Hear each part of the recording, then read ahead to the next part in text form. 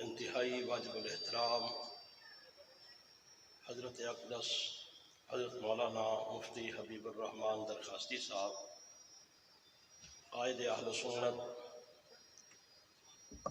حضرت اقدس حضرت مولانا محمد احمد لدھیانوی صاحب دامت برکاتہم العالیہ، جرنیل اہل سنت حضرت مولانا علامہ اورنگزیب فاروقی صاحب دامت برکاتہم العالیہ، انتہائی واجب الاحترام مرکزی و صوبائی ذمہ داران، قابل تکریم بزرگوں، دوستوں، نوجوان ساتھیوں، جامعہ عثمان ابن عفان شاہ لطیف ٹون کراچی کے اساتذہ کرام اور فضلائے کرام اور دیگر معززین، آج گلشن فاروقی جامعہ عثمان ابن عفان شاہ لطیف ٹون کراچی میں ہم سب سالانہ اجتماع میں شریک ہیں اور ساحل سمندر پر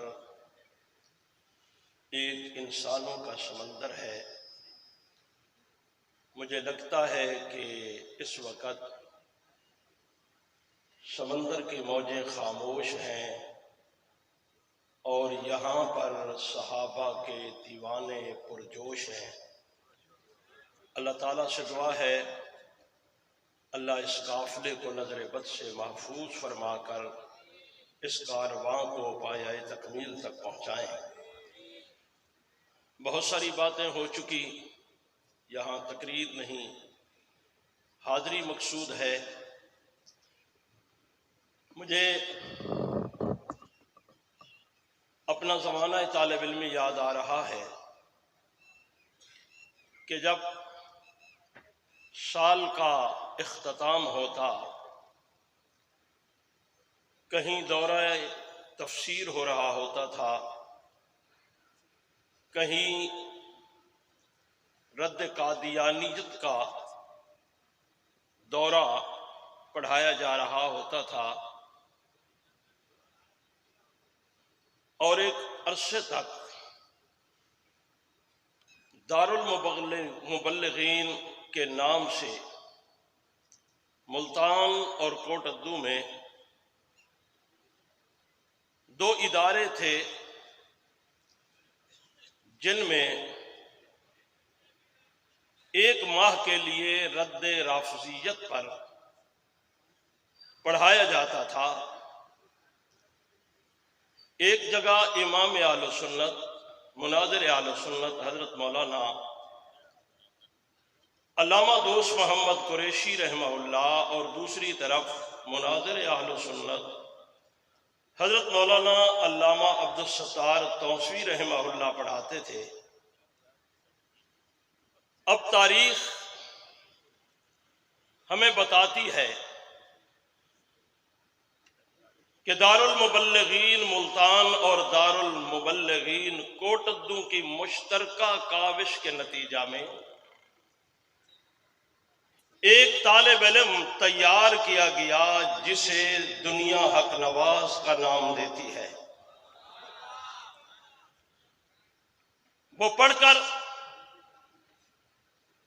ایک ماہ کی ان کی محنت تھی، جب میدان عمل میں آیا تو 1985 سے اس نے اپنے ان اساتذہ کرام کے دیے ہوئے سبق کو عوام الناس میں جب سنایا تو ماحول بدل گیا۔ کل دارالمبلغین کی چار دیواری میں صحابہ دشمنوں کا تعاقب ہو رہا تھا، حق نواز نے وہ سبق جب عوام الناس میں سنایا اور عوام الناس کو پڑھایا، پھر ماحول کچھ یوں بنتا چلا گیا کہ لگتا یہ تھا کہ پورا پاکستان ناموس صحابہ کے علمبرداروں کا دشمنوں کا تعاقب کرتا ہوا نظر آ رہا ہے۔ اس میں مناظرے بھی ہوتے تھے، میں تفصیل میں نہیں جاؤں گا۔ ہمارے اکابرین نے عوام الناس کو بہت ساری دلائل کی دنیا میں ایسی چیزیں بھی بتائی کہ لوگ ہوٹلوں پر اپنے اپنے ڈیروں پر بیٹھ کر بحث مباحثہ بھی کیا کرتے تھے۔ حضرت توسیع رحمہ اللہ کے پاس ہم نے مناظرہ پڑھا، حضرت نے ایک لطیفے کے طور پہ ایک بات سنائی، فرمانے لگے میں ایک جگہ مناظرہ کرنے کے لیے گیا تو ایک موچی وہ میرے پاس آیا، کہنے لگا توسیع صاحب آپ نے مناظرہ کرنا ہے؟ حضرت نے فرمایا ہاں طے تو ایسے ہوا ہے۔ کہنے لگا جی وہ فلاں ذمہ دار ہے، اس کو کہو جو علامہ اس کے ڈیرے پر بیٹھا ہوا ہے ذرا مجھ سے اس کا مناظرہ کروا دے۔ لوگوں نے مذاق میں اسے بھیج دیا، وہ چلا گیا اور ایک بڑے علامہ اور بڑے مجتہد کے ساتھ اس نے بحث کرنا شروع کر دی۔ اس نے کہا مجتہد صاحب آپ توسیع صاحب سے مناظرہ کرنے آئے ہیں؟ انہوں نے کہا جی بالکل طے ایسے ہوا ہے۔ انہوں نے کہا میں تو موچی ہوں، جوتیاں گانٹتا ہوں، بس میں ایک سوال کروں گا کہ یہ بتاؤ کہ یہ جو پورا جسم ہے اس میں روح کس جگہ پر ہے؟ وہ علامہ کہنے لگا یہ پورے جسم میں ہے، جیسے دودھ میں ہر جگہ مکھن ہوتا ہے اسی طرح پورے جسم میں روح ہے۔ اس نے کہا نہیں مجھے عقلی دلیل دو، منطقی بات نہ کرو۔ اس نے کہا نہیں پورے جسم کے اندر روح ہے۔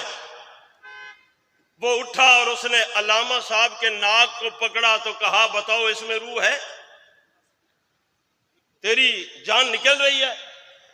اس نے کہا نہیں نکل رہی۔ اس نے کان سے پکڑا اور پھر کھینچا، دبایا، کہا اس میں روح ہے؟ اس نے کہا نہیں ہے۔ پاؤں کی انگلی کو پکڑ کے دبایا، کہا اس میں روح ہے؟ اس نے کہا نہیں ہے۔ مر رہے ہو؟ کہا نہیں کچھ نہیں ہو رہا۔ وہ اٹھا اور اس نے اس علامہ صاحب کے خصیتین کو پکڑ لیا، جب تھوڑا سا دبایا تو وہ چلانے لگا۔ اس نے کہا علامہ صاحب پتہ چل گیا ہے روح کہاں ہوتی ہے؟ اس نے کہا ہاں پتہ چل گیا ہے۔ کہا جب تمہیں خصیتین میں روح کا پتہ نہیں ہے مناظرہ توسیع صاحب سے کرنے کے لیے آ گئے ہو؟ یہ دلائل کی باتیں ہوا کرتی تھی، یہ مناظرے ہوا کرتے تھے، لیکن 1985 سے لے کر آج 2023 میں ہم داخل ہو گئے ہیں۔ ذرا 38 سالہ دور پہ نظر دوڑائیے، کن کن راہوں سے یہ قافلہ گزرتا گیا ہے، کس انداز میں ناموس صحابہ کا کام ہوا ہے۔ کوئی شعبہ ایسا نہیں ہے جس میں نہ کامیاب نہ ہوئے ہوں یا کام نہ ہوا ہو۔ حضرت فاروقی شہید رحمت اللہ علیہ نے اساتذہ میں، وکلاء میں، طلباء میں اور عوام الناس کے ہر شعبے میں یہ کام کیا ہے، حتیٰ کہ اگر جیلوں میں ضرورت تھی تو اللہ نے ایک وقت ایسا بھی دیا کہ پاکستان کی ہر جیل میں ناموس صحابہ کا کام ہوتا ہوا نظر آ رہا تھا۔ جس دور میں جس چیز کی ضرورت ہوتی ہے اللہ اسی انداز کے بندے پیدا کرتے ہیں، جس دور میں جس طرح کے بندے کی ضرورت ہوتی ہے اللہ اسی انداز میں بندے پیدا فرما دیتے ہیں۔ موجودہ دور میں ایک مدبر کی ضرورت تھی، ایک متحمل مزاج آدمی کی ضرورت تھی، ایک صاحب فراست، ایسا شخص کہ جو عوام میں بھی بات کرے، خواص میں بھی بات کرے، اگرچہ ان اداروں تک ہمارے سابقہ قائدین کی رسائی بھی ہو جاتی تو وہ بھی ان کے دماغوں میں ہلچل پیدا کر سکتے تھے، لیکن وہاں تک رسائی نہ ہو سکی۔ حضرت لدھیانوی دامت برکاتہم العالیہ کو اللہ نے یہ موقع دیا ہے، انہوں نے وہاں ہلچل مچا دی ہے، اور حضرت فاروقی دامت برکاتہم العالیہ نے اللہ نے ان کو توفیق دی ہے۔ عوام الناس میں بھی ہلچل نظر آ رہی ہے، اور یہاں مجھے لگتا ہے بوڑھوں سے لے کر بچوں تک سارے محمد مصطفیٰ کے صحابہ کی عظمت کے لیے میدان میں نظر آ رہے ہیں۔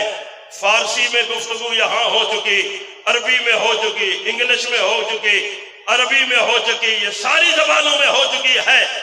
اب یاد رکھو اس وقت دشمن صحابہ گھیرے میں ہے، اور ہر طرف سے گھیرا تنگ کیا جا رہا ہے، اور انشاءاللہ علمی حوالے سے بھی، عوامی سطح پر بھی، پارلیمنٹ میں بھی، اداروں میں بھی، ہر جگہ حق نواز کا مشن پھیلتا نظر آ رہا ہے۔ بات اسمبلی تک پہنچ گئی ہے، انشاءاللہ یہ بل سینٹ سے بھی پاس ہو کے انشاءاللہ صدر کے ٹیبل پہ جائے گا، دستخط ہو جائیں گے، اور انشاءاللہ جب نافذ العمل ہوگا تو آپ دیکھیں گے کہ حق نواز کے خون کی برکت سے، اسیروں اور شہیدوں کی محنت کے نتیجہ میں پاکستان کی اسمبلی پر جہاں پاکستان کا جھنڈا لہرا رہا ہے، وہاں آئین اور قانون کی شکل میں عظمت صحابہ کا جھنڈا بھی لہراتا ہوا نظر آئے گا۔ یہ کارواں چل رہا ہے، اور یہ ایک بہت بڑا اقدام ہے۔ ہمارے جرنیل محترم حضرت فاروقی دامت برکاتہم العالیہ کا اللہ نے ان کے ذہن میں، دل میں یہ بات ڈالی ہے، اور اللہ اس گلشن کو قیامت کی صبح تک آباد و شاد فرمائیں۔ ہم نجی محفل میں بیٹھے باتیں کر رہے تھے، آج اگر حضرت کے والد محترم تشریف فرما ہوتے، اس دنیا میں ہوتے، تو ان طالب علموں کو دیکھ کر کتنا خوش ہوتے۔ اور میں سمجھتا ہوں یہ انہی کی دعاؤں کا نتیجہ ہے، ان کے خلوص کی برکت ہے۔ انہوں نے اپنے بیٹے کو جو دعائیں دی ہیں، اللہ نے ان دعاؤں کو یوں قبول کیا ہے کہ عوام میں بھی واہ صحابہ واہ ہو رہی ہے، اور مدرسے میں بھی محمد کے صحابہ کا دفاع پڑھایا جا رہا ہے۔